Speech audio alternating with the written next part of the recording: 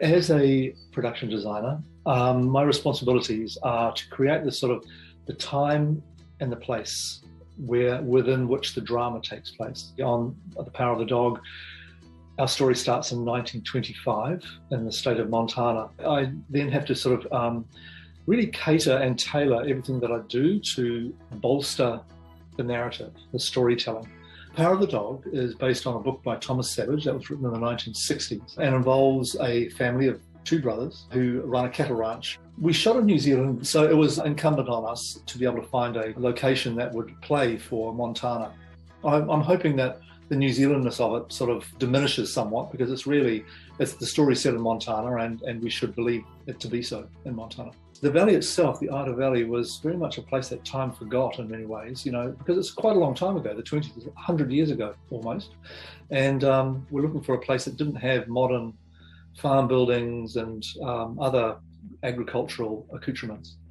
So we're very lucky to be able to find this place that was very sort of pared back. It was already a cattle ranch, but it also had a lot of the grasses that we were looking for. I did have to spend a lot of time trying to knock back the greenness of the grass and make it feel more arid, to sort of reduce the colour palette quite a lot, because New Zealand is very green normally. We're also able to use the cattle that was on the ranch, and there's very little else there. We built everything. We built the house, we built the cattle yards and the barn and the cowboys' quarters and all these sorts of other elements of the script. So it was really nice to be able to start with an empty canvas and build everything from the ground up. Jane Campion and I had come across each other 30 years ago there, and I was very impressed by her personal style and professionalism, and we did a lot of workshopping in our own way to be able to talk about our creative process, our way of going about making something real, because we start off with words in a script.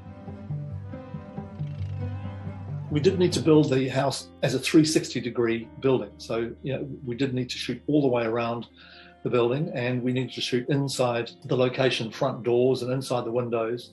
We also built the areas of the kitchen and around what we call the cowboys' dining area, so that they all had a direct relationship to the location that we could see out through the windows. The frames within frames were something that we're really trying to bring in here, because it's something about looking out through the wilderness and looking in through those windows. That the observational kind of aspect of that was kind of a nice sort of sub-theme in a way.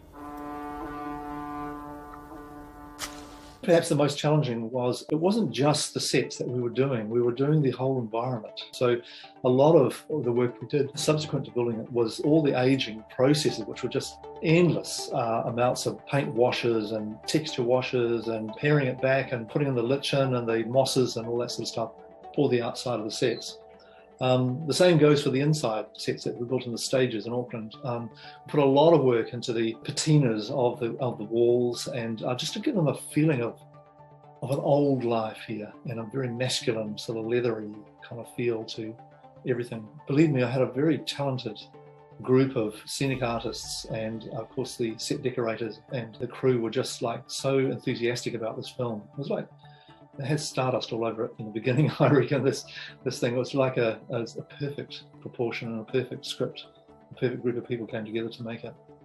I am so proud to be part of the Power of the Dog phenomenon in a way, that it garnered so many nominations.